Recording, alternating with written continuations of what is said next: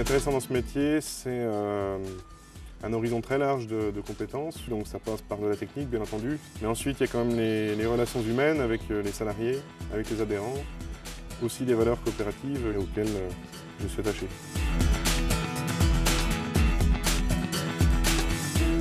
On va faire le point un peu sur les moissons. Donc Vincent, toi, tu as fini chez Champ-la-Vie hier soir, les colzas. Ouais.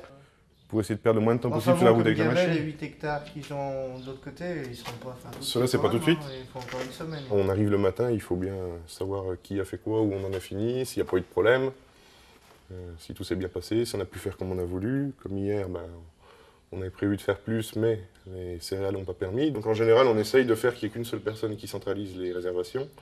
Donc c'est-à-dire en l'occurrence ici à Servas-moi. Le tableau est fait pour ça aussi, pour limiter un peu les réservations à tout va ou dans n'importe quel sens. Et nous ensuite, on essaie d'y répondre de la manière la plus logique possible. Tu me rappelles pour les colzas, oui? Eh bien, on avait noté, nous, a priori, sur vendredi. Pas de problème. Merci, bonne journée. Au revoir. Tiens, Jennifer, puis pendant que j'y suis, il faudrait qu'on regarde les prix de revient de la faucheuse, comme on a bientôt fini la campagne. Ouais, ok. On a bien sûr les adhérents qui sont la base, qui sont les porteurs des projets. On a les chauffeurs qui font le travail dans les champs. On a le secrétariat comptabilité qui va travailler derrière en amont, justement pour que moi j'ai les données derrière pour pouvoir analyser les choses. Sachant que notre idée quand même à nous, c'est quand même d'être tout le temps le meilleur service au prix minimum possible. Et puis c'est vrai qu'après, au niveau de mon travail, je dirais que ce soit au niveau technique, gestion, économique, animation aussi du territoire avec les adhérents, on est un peu quelque part le pivot de la structure, quoi. Ça marche. Bien, merci. Voilà. Je vais relever les carnets, Jennifer. Ouais.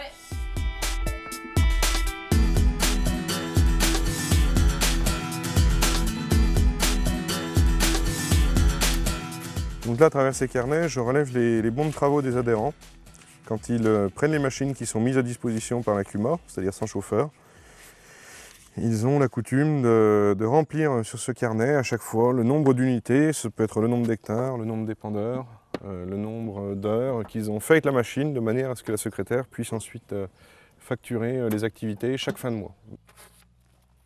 Quand on dirige une équipe, si en même temps on est à même de prévenir les casses que le chauffeur n'aurait pas vu sur sa machine, on a tout le temps un œil sur même une veille technique sur les machines, sur leur état. Je suis quand même plutôt de fibre, on va dire, technique. J'ai eu 2 expériences en commerce de machines agricoles. Donc j'ai réintégré ensuite le réseau CUMA au niveau fédératif, à l'échelon régional. Tout ça pendant 8 ans. Et puis après, du coup, l'envie de se rapprocher du terrain et du concret. Et donc dans une CUMA, on ne peut pas être plus proche. La mécanique et l'agriculture, du coup, c'était la bonne alliance des deux. Et puis ça fait 13 ans que ça dure.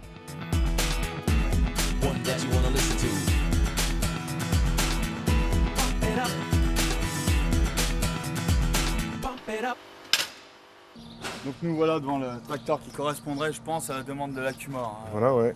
Niveau poids, puissance, d'accord, le modèle qui correspondrait. Je suis venu voir un peu in situ les évolutions technologiques qu'il peut y avoir sur la machine. Souvent dans le commerce, le vendeur passe chez un agriculteur et puis de fil en aiguille, en discussion, on fait pas.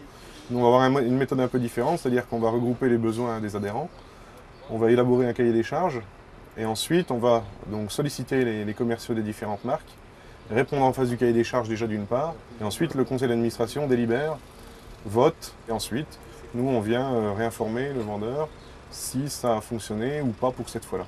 On pourra gérer donc tous tes outils depuis l'écran, avoir une vue de tes outils qui travaillent à l'arrière, sans te retourner. Et, il y a une caméra. Ouais, il y a une caméra. Ouais.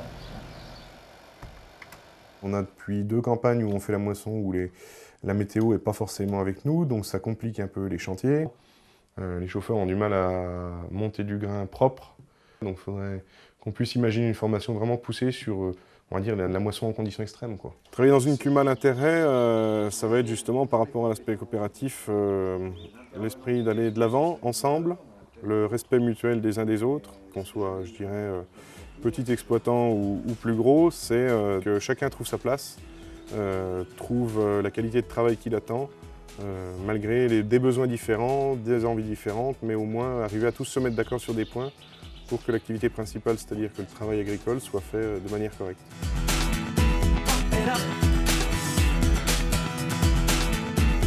it up.